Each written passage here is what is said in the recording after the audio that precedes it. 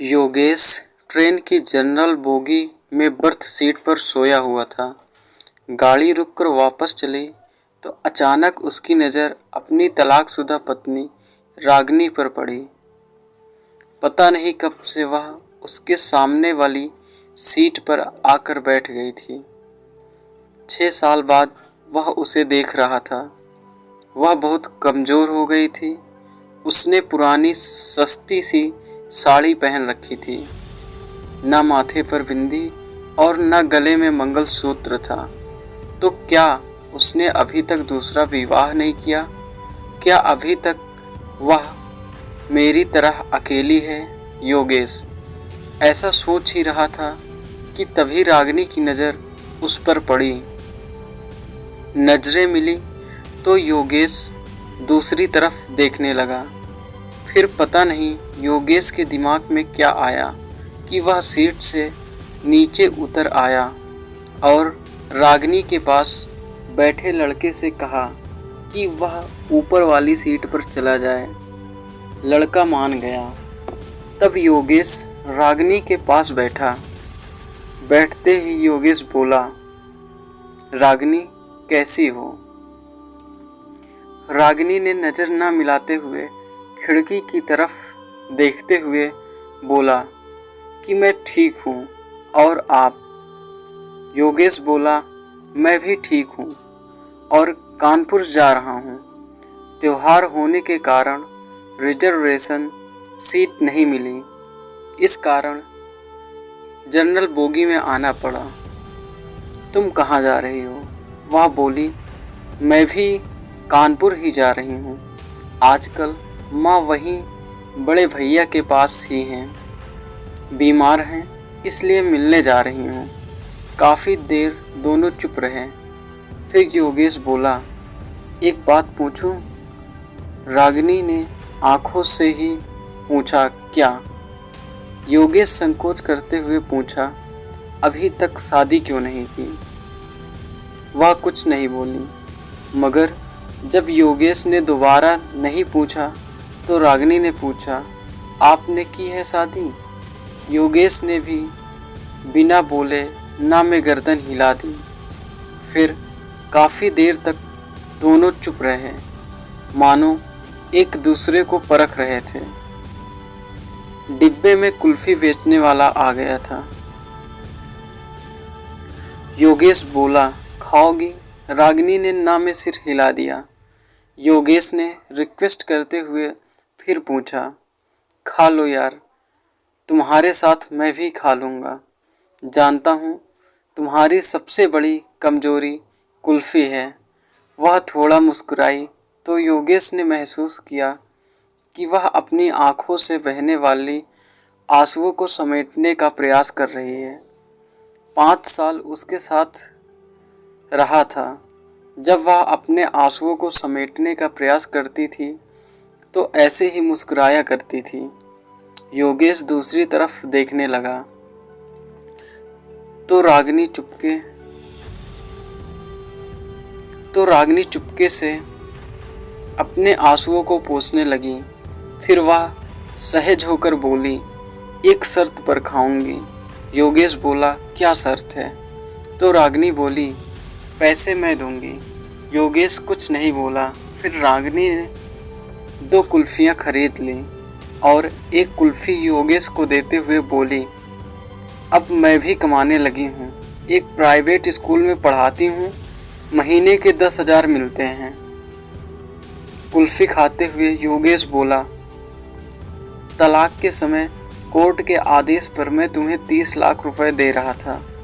अगर ले लेती तो अपना स्कूल खोल लेती, जबकि तुम बहुत स्वाभिमानी हो। इस ज़माने में पैसे के बिना कुछ नहीं होता। वह हंसकर बोली, अगर ले लेती तो अपनी ज़मीर को क्या जवाब देती? तो ये ज़मीर रोज़ कहता कि जिसे छोड़कर आई हो उसी के सहारे पल रही हो। योगेश बोला, तुम बहुत अच्छी हो, मासूम हो। यह एहसास तुमसे तलाक लेने के बाद मुझे हुआ। तुम यकीन नहीं करोगी, मैं बिल्कुल बदल गया हूँ। पीना बिल्कुल छोड़ दिया है। गुस्सा बिल्कुल नहीं करता। अब मैं किसी को नीचा दिखाने की कोशिश भी नहीं करता। जो तुम्हें बुरा लगता था वो सब बुरी आदतें मैंने छोड़ दी हैं। वह उदास होकर बोली, अब क्या फ़ायदा? जब मैं मना किया करती थी तब आप मेरी एक भी बात नहीं सुनते थे। आपके कारण मैं हमेशा टेंशन में रहती थी। इसी कारण मुझे 2 बार गर्भपात भी हुआ, वरना आज मेरे भी 2 बच्चे होते। एक 8 साल का हो गया होता और दूसरा 6 साल का। कहकर वो रो पड़ी। बच्चों की बात पता चली तो योगेश के भी आंखों में आंसू आ गए, लेकिन वह पुरुष था तो आंसुओं को पलक तक पहुंचने से पहले ही पी गया और बोला, कभी कभी लगता है कि मैं बहुत बुरा आदमी हूँ। मैंने कभी रिश्तों की कदर नहीं की, उसी की सज़ा झेल रहा हूँ। आज बिल्कुल अकेला हो गया हूँ। अब मेरी माँ नहीं रही। माँ के ना होने पर रागिनी को बड़ा दुख हुआ और बोली, माँ को भली चंगी छोड़ कर आई थी, उनको क्या हो गया था? इस बार योगेश भावुकतावश अपने आंसुओं को नहीं रोक पाया और बोला, वो तुम्हें हर दिन याद करती थी, बोलती थी बहू को घर वापस ले आओ। मैं उन्हें कैसे समझाता कि तलाक के बाद बहुएं वापस घर नहीं आती। फिर दोनों के बीच चुप्पी छा गई थी। कानपुर स्टेशन आ गया। स्टेशन आने वाला था। योगेश बोला, वापस कब जाओगी? रागिनी बोली, आज रात यहीं रुकूंगी, कल की सुबह की ट्रेन से वापस जाऊंगी। फिर वही खड़ी हो गई। योगेश भी खड़ा हो गया और पूछा, कितने बजे वाली ट्रेन से वापस जाओगी? रागिनी बोली, हम गरीब लोग हैं, रिजर्वेशन नहीं करा पाते, जनरल डिब्बे में सफ़र करते हैं, इसलिए जो भी ट्रेन मिलती है टिकट लेकर चढ़ जाते हैं। इतना कहकर वह नीचे उतर गई। योगेश अपना सूटकेस संभालता हुआ उसके पीछे लपका और बोला, अगर मैं रिजर्वेशन की 2 टिकटें ले लूं तो मुझे पता है कि तुम मेरे साथ नहीं चलोगी, लेकिन मैं तुम्हारे साथ सफ़र करना चाहता हूँ। जनरल में ही लूँगा। बताओ कितने बजे यहाँ मिलोगी? रागिनी ऑटो में बैठती हुई बोली, 9 बजे यहाँ मिलूँगी। फिर उसके देखते देखते ऑटो आँखों से ओझल हो गया। योगेश कानपुर 2 दिन के लिए आया था, मगर रागिनी का साथ पाने के लिए उसने अपना शेड्यूल बदल लिया। उसने जल्दी से अपने बिजनेस का काम पूरा किया और अगले दिन सुबह 8:30 बजे ही स्टेशन आ गया। रागिनी 9 की जगह 10 बजे स्टेशन पहुंची और बोली, आप अभी तक यहीं पर हो? मैं सोच रही थी कि आप चले गए होंगे। रागिनी बहुत खुश थी। बोली, माँ अब बिल्कुल ठीक हैं। योगेश बोला, मैं तुम्हारा भी टिकट ले आया हूँ। अब 30 रुपए के टिकट के लिए कुछ कहना मत। रागिनी हंसते हुए बोली, अभी ट्रेन आने में आधा घंटा है, चलो तब तक कुल्फ़ी खाते हैं। पैसे मैं दूंगी, हिसाब बराबर हो जाएगा।